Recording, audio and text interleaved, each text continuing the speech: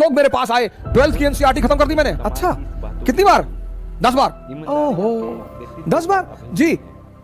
ईमानदारी सफलता के मूल। कौन है 18वीं शताब्दी का आउटस्टैंडिंग शासक? बिना ईमानदारी आउटस्टैंडिंग शासक।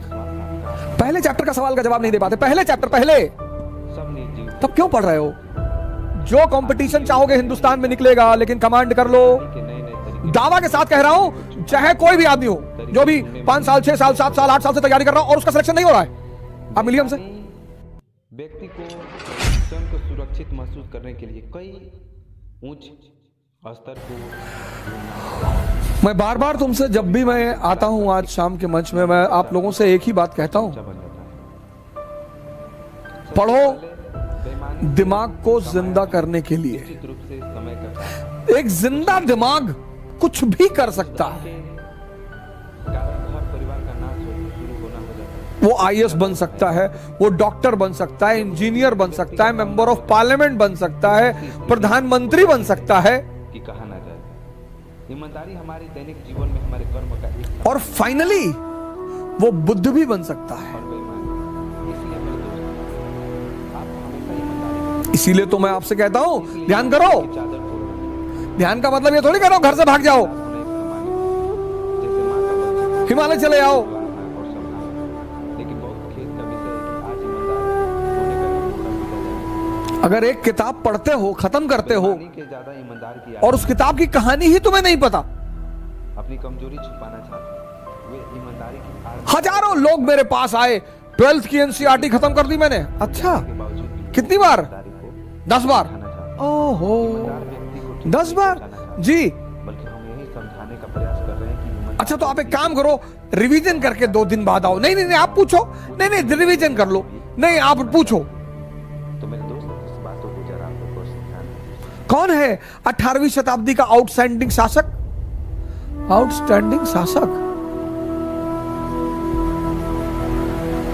ये तो नहीं लिखा है उसमें। अच्छा, महादजी सिंधिया की उपलब्धियां बताओ 18th सेंचुरी में। महादजी सिंधिया और सिंधिया और होलकर के बीच निरंतर जो लड़ाई चल रही थी, उसकी वजह बताओ।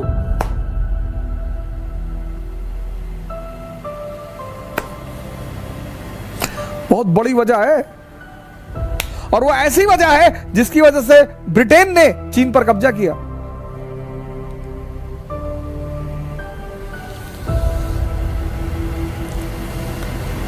पहले चैप्टर का सवाल का जवाब नहीं दे पाते। पहले चैप्टर पहले,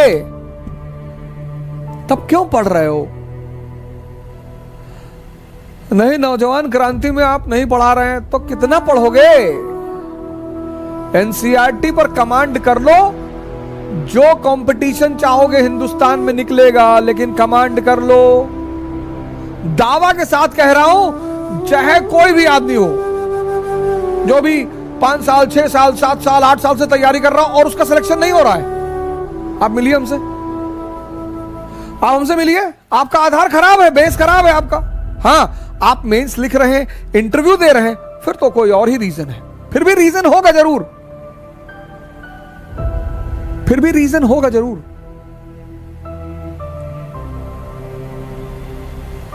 तुम्हें कहानियां ऐसी समझ में आती नहीं, तुम रटते हो तो तुम्हारे मन को मजा नहीं आता, तुम्हारे मन में ये चीजें रिपीट नहीं होती, क्योंकि तुम समझते नहीं हो। बहुत सारे 90% छात्र पढ़ते हैं 10 घंटा 12 घंटा, लेकिन जब वो पढ़ के उठते हैं तो पीछे कहानी कुछ और ही चलती है। पढ़ना जानते हैं, सेव करना नहीं जानते। जैसे तुम कंप्यूटर में सेव करते हो ना, ऐसे यहां भी सेव होता है। अब इसको जो चीजें पसंद है वो खुद ब खुद सेव कर लेता है। आपको कोई कविता अच्छी लग गई, अपने आप सेव हो जाएगी।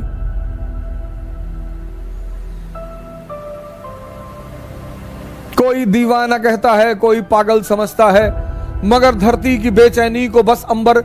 जो चीज आपको अच्छी लग जाएगी, जो आपके मन को अच्छी लगे, खुद ब खुद सेव हो जाएगी। आपने कोई गाने याद थोड़ी किए हैं, याद हैं, क्योंकि आपके मन को उसमें रस मिला, उसने सेव कर लिया।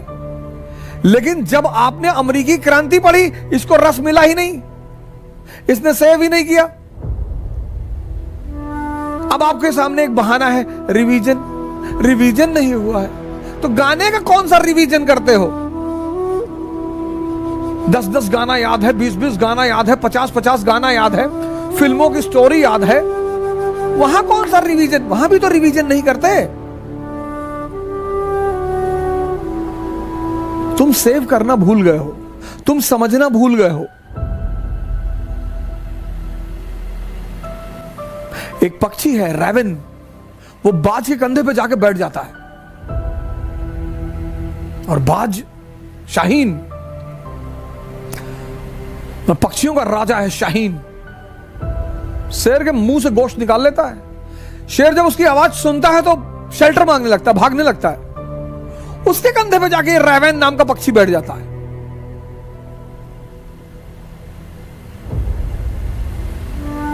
तो पता है बाज क्या करता है? अपनी उड़ान बढ़ाने लगता है, उड़ान।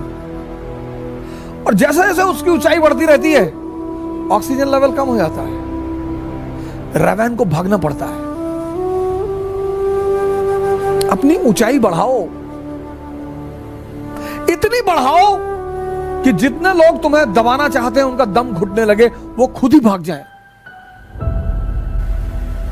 क्योंकि जब तक तुम कमजोर रहोगे तुम्हारा शोषण होगा। तुम किसी भी जाति के हो, किसी भी धर्म के हो, क्या फर्क पड़ता है? जब तक तुम कमजोर हो, जब तक तुम डिपेंडेंट हो, तुम्हारा शोषण होगा। नियम है, नियम है, नियम। अपनी सारी ताकत अपने में लगाओ और अपनी ऊंचाई को इतना बढ़ाओ, इतना बढ़ाओ कि तुम्हारे जितने अगल बगल लोग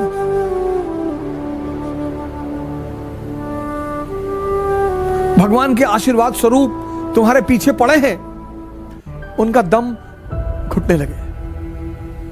जय हिंद।